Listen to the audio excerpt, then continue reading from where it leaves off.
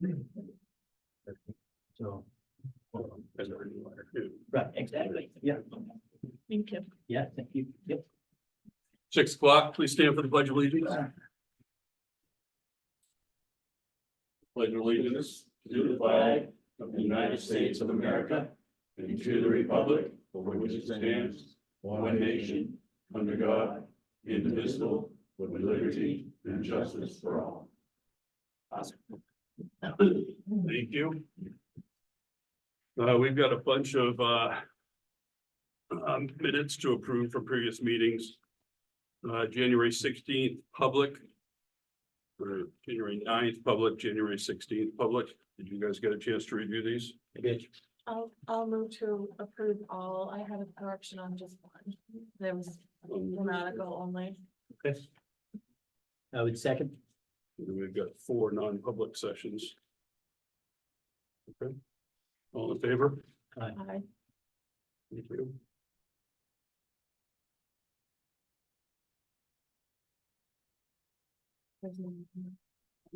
There's lines for you to sign up there.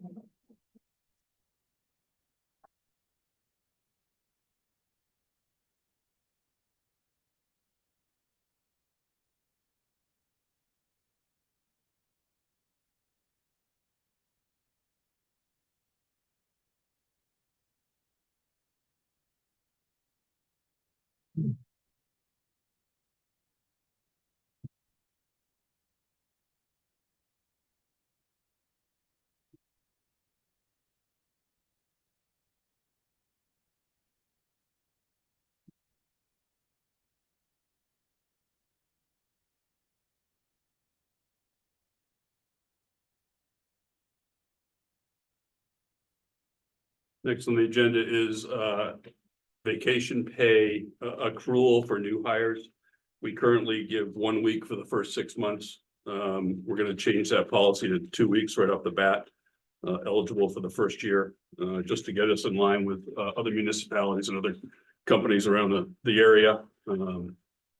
We tend to, that's come up a couple of times when we've been interviewing people, so it's a minimal change for people who are hired within the last 6 months. We have 2 people that have been hired that's going to affect in a positive manner. And then going forward, it'll be a change going forward, so. Actually, I have a question. Go ahead. Do we have anything in there? So it's a monthly accrual on how far in the negative someone can go?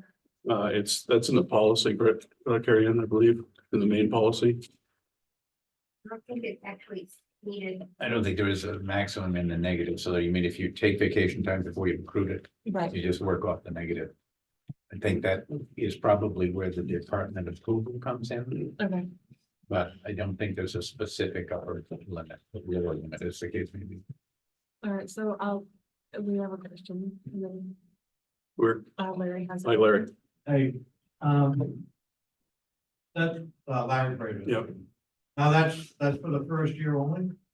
Yeah, And so. What happens when they start this, they got the 5. So it's up to 2 years. It's so now now from day 1 up to through year 4, it's 2 weeks, and then it goes to 3 weeks at year 5. Okay. Nothing in the later Nothing- process. that isn't Nothing. like it's gonna be- No, Right. no. It's Yeah. just this. Actually, it only affects the first 6 month hire. So. Oh, okay. Thank you. Okay. Oh, okay. Yep, thank you. I'll move to approve that. Second. Yeah, all in favor? Aye. Aye. Oh. Thank you.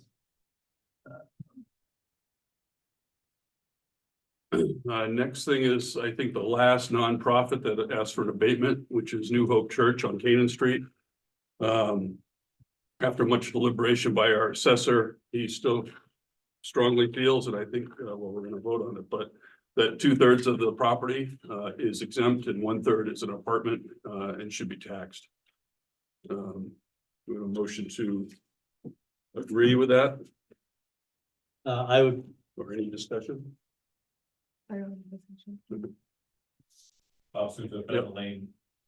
Is the apartment like getting regular revenues or the discount for somebody or anything like that? A rental for somebody that works for the church. It's not the pastor, it's somebody that works for the church. I guess what I'm asking, like, are they getting? I would, Hold on, go ahead. I Are would they like to getting correct current rate and for that, clarify or they're that. doing- This- doing something this this- month? I don't think there's rent charge. Huh? I don't think there's any rent. This is Reverend Schwam. This is Reverend Schwam, so I'd like to correct and clarify the answer to the question that the gentleman asked. It is not a rental. It is for a staff person who serves at the church, and in lieu of any salary, they're allowed to live in it. And our concern has been the way the statute reads, it says a pastor or a parish house is exempt from taxes. And it's been that way for 40 years that we've been on the street. So it is a staff person that is in there. And the way that statute is written, which I did present in our amendment form to the select board, was that the spirit of that statute is that should cover not just clergy, but someone who works for the church and helps the church carry out its mission. So So again, if the way that's the decision, that- the select board, yeah, so that, I know that's your opinion. I think, my opinion is that it is, reserved for clergy of the church. And, that's the way well, that's not merely my opinion. In talking to the New Hampshire State Revenue, they said to me that the spirit of that is that it doesn't just cover clergy. Otherwise, you're saying if it was a Jewish house of worship, it wouldn't cover the rabbi there. Or if it was another denomination that refers to their clergy or professionals by any other name or staff person, it wouldn't No, cover so them. I don't read it that way. I read it that would be the head of the church and not an employee of the church. But I read it differently, and so was I advised by the New Hampshire State Revenue Department. Well, And we read it the way we were advised by our. So I guess I'm questioning why suddenly is I don't think that it's being suddenly. I think interpreted that way? I think it's the state of New Hampshire's clamping down on the wording, and their wording is the head of the church would be exempt, but employees are not. If I could finish my point. If they were getting like 1,500. What is this? And generating revenue, I would see it one way. If it's just housing a person, I see it the other way, but I'm not on the select board. So that was just my 2 cents. Cool. Okay, we have A a motion to accept. Correct, and I would agree with recommendation. what the gentleman said. There is no revenue. I'll second it. all in favor? Aye. Aye. We sign this as is because we're Yes. agreed. That would be great.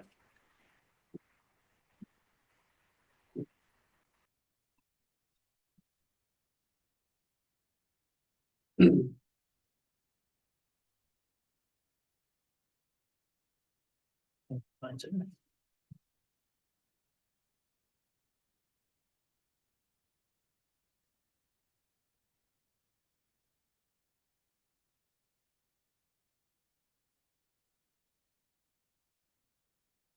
So I haven't had a chance to, is this the same for Chris Dow?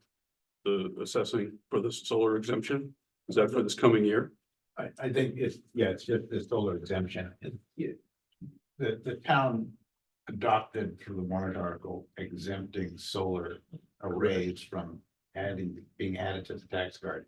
So when you get your solar stuff in, you do an exemption once and it just changes the tax card going forward. So this, like $400 or $200, whatever. Well, it's based on the value of how it changes the property west, so. That's not what the warrant. we'll let the assessor worry about that. So this is going for, she has to, do they have to file, my understanding was they have to file every year, no?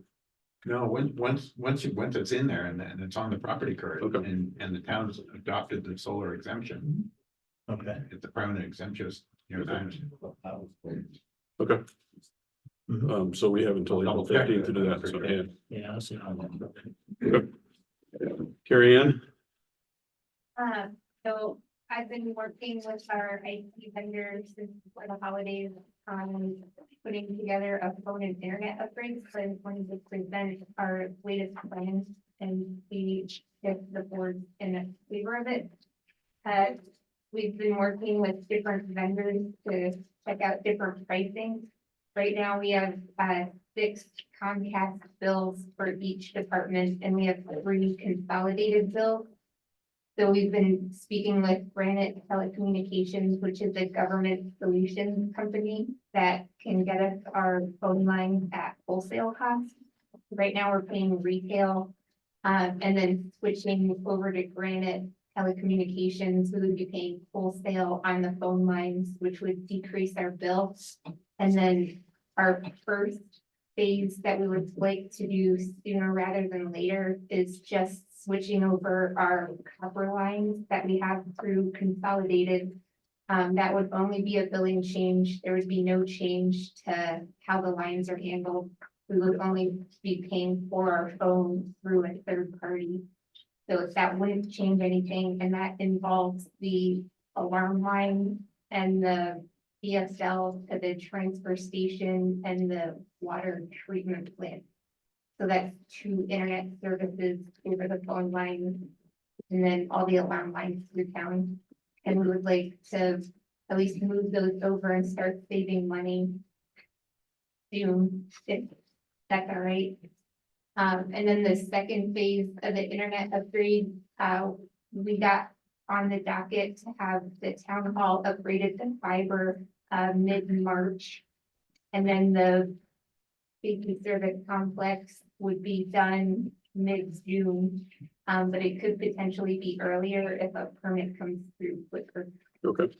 And then once the internet is upgraded, we basically need faster internet in order to support the voice over internet phone system we're looking at. So once the internet's upgraded, then we would look at converting all of our Comcast bills over to Granite Telecommunications.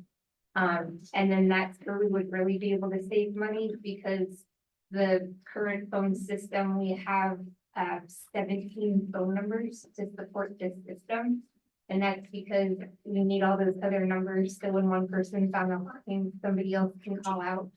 When we switch to the voice over internet phone, we don't need to continue to pay for all those extra phones. So we would only keep the numbers that are published on our website. And then that would actually save us enough money, because it's $40 to $50 a month per phone number.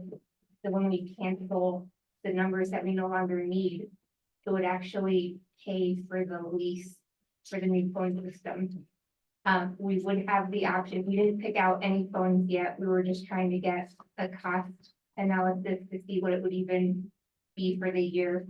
But if we did decide to lease the new phone system and cancel all the numbers, it would be basically neutral. We could possibly save $1,000 by leasing rather than investing and buying all the phones right away. Okay. So because we're reducing the number of lines, the VoIP, what happens when the call comes in on the same line? Does it just, It's gonna be internet based. yeah, So right now our phone system is server based. The internet based ones are in the cloud, so people dial the 4501 number and then it goes into the internet system, and then people can keep calling the same number. Okay. And getting into, so it's all internet based for right now. I guess if we had 10 people call at once, you could possibly get a busy signal if all the lines were busy. okay. And who would we be leasing the phones for if we did that? I had gotten the quote from Granite Telecommunications. Once we get the internet rated, we could shop around. I was just trying to get a price comparison. Yep. But I would definitely recommend going with Granite Telecommunications for all of our phone lines. Have them, because also right now we're processing the 10 invoices every month. So when we switch everything to one vendor, we'd only be processing 1 invoice every month. And that would be seamless going to that one vendor when we went to VoIP too. Yes. Good. Great work on this, Carrie Ann. Yeah, thank you. Any questions? Yeah, just real quick, if we went with a service plan for the, or if we went with leasing the equipment, is there any sort of a service plan that is associated with that? So just something to kind of look into, and let me know. I mean, unless you already know, but look into it, just let me know. I'd be curious if there was a service plan with the stuff that we're leasing. Okay. Cool. How many dead phones you told me we have sitting in the room? They count, but you can see them throughout the office. Yeah. There are dozens of dead phones sitting there. This is great work. Thank you, Carrie Ann. Thank you. Anybody else have any questions on this? Are you looking for an approval to move forward? Vote?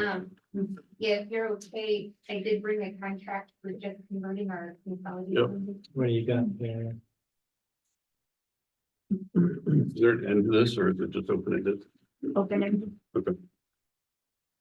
We have a motion to switch to consolidated bill. I'll move to that. Second, All in favor? Aye. for sure. And then I just wanted to clarify Wesley's question. So the warrant article says, property tax exemption shall be in the amount equal to 100% of the assessed value of the qualifying equipment. When did that change? That was passed last year. In 23, Article 30. You may have been thinking of some of the other credits that we offer that are $200, like the veterans credit. Yeah, elderly. acceptance. There was something in there about something to do with solar for like 200 or something. I don't know, maybe it was the other credit. I can always look forward to what you bring us next, Terry. And thank you. I think the military is 200. Yeah. Larry, you have something for other business? Yes, it's been brought to my attention as a concerned citizen. This is the people coming to me and me trying to straighten things out. I understand the road agent is driving a 1-ton back and forth to South Royalton. From the shed to the South Royalton is approximately 80 miles. So Use a prop, you mean to his house? I don't know where he lives. He lives, I'm he saying lives from- in, he That's a lives, guesstimate, that's not a. yeah, no, he lives right across. He lives just off Sykes Ave in White River Junction, so. So it's White River Junction. Yeah. So we I don't know, can- it's Heartland, Hartford, I don't know, though I get all those towns over there mixed up, to be We'll honest. make it with you. 35 each way, it's Christmas tree. So, So so what we, I was gonna, Go ahead, did I? then we'll, yeah, go ahead. All right, so say it's 70. So that'd be 7 gallons of fuel. Truck averages around 10 miles a gallon. I imagine. I'd have to redo this. I can only give it to you at the figures I put down. I'm gonna stick with the 80 miles, 8 gallons, $4 a gallon, $32 a day, 160 per week, $8,320 per year. That's 80 miles a day on the truck. $400 miles a week. 20,800 miles a year on a truck. The closest road is 7 miles from the shop. And the furthest away road on that route would be in Enfield at the Four Corners. So we're traveling basically 64 miles round trip to get to a road that's 7 miles from the shed. I mean, Bob lives 18 miles from here, so I think those numbers are off. You can't live 18 miles from it, it's 10 miles to 89. I can clarify this. We, a couple years ago, before Sam Frank left, we all sat down and we redid the policy because at the distance that anybody who was allowed to have a town vehicle wasn't enough to hire new hires. So we Okay, redid that let's policy. go on to my next, Sure. my next. Yeah. Why can't we give the man a stipend? Instead of wearing, we're supposed to be buying a new 1-ton this year. At 20,000 miles a year on that 1-ton load. 3 years it's junk. So we're gonna lose a 1-ton every 3 years. Why can't we give the man a stipend to drive his own vehicle? Or one of these other cruisers that are hanging around or something, instead of using the life on a 1-ton. Carrying a load of sand in a plow for 64 miles is ridiculous. unless they're gonna use it in White River Junction. I mean, it doesn't make it makes no sense whatsoever. So just doing quick math here, at 10 miles a gallon, that means it's $52 a week is what it costs. How much a week? When you're loaded with sand and you've got a plow on there, it's more like 6 to 7 miles. a gallon. $160. No, not at 30 miles. Well, it's more than 30 miles, it's a 10 miles right from here to 8 or 9. So, hold on, River, it's 15 All right, miles. I'll give you this address and I'll drive to it tomorrow and in 2 weeks. Well, So again, first of all, I'm not gonna give out Bob's address. Second of all, that's why we're here, is because we are trying to make these decisions and button things up. So when that happened, we extended the mileage so we could extend our hiring ability. And that was actually with a different board than this, right? So Was that then. with a one-ton truck? So that, one of my complaints when I got here, that John Coffey was driving the truck all the way over to the other side of Wilmot or whatever, and it was that old 3/4 ton truck that didn't run for crap, it's got a 6.0 in it, they suck gas anyway, and I was told he's on call 24 hours a day, 7 days a week, and anybody who's on call 24 hours a day, 7 days a week, drives a rig home. So that's where I went with it. Then fast forward it, Sam Franks comes in, we change the policy to extend that range. The range goes past where Bob lives. One of the board members on this board right here had an issue with it and wanted to double check that he wasn't outside of the range. The policy states, since before we redid, all we redid was the amount of mileage the policy did. We didn't change where it started from, who the department head is, who isn't, all of that. We just changed the distance. But the policy states from the Canaan Town line. So from the Canaan Town line, out by the car wash, by Shaker Hill Granite, to Bob's house is a fair amount less than what our range allows. So he's a You're doing it department from the head. Town line?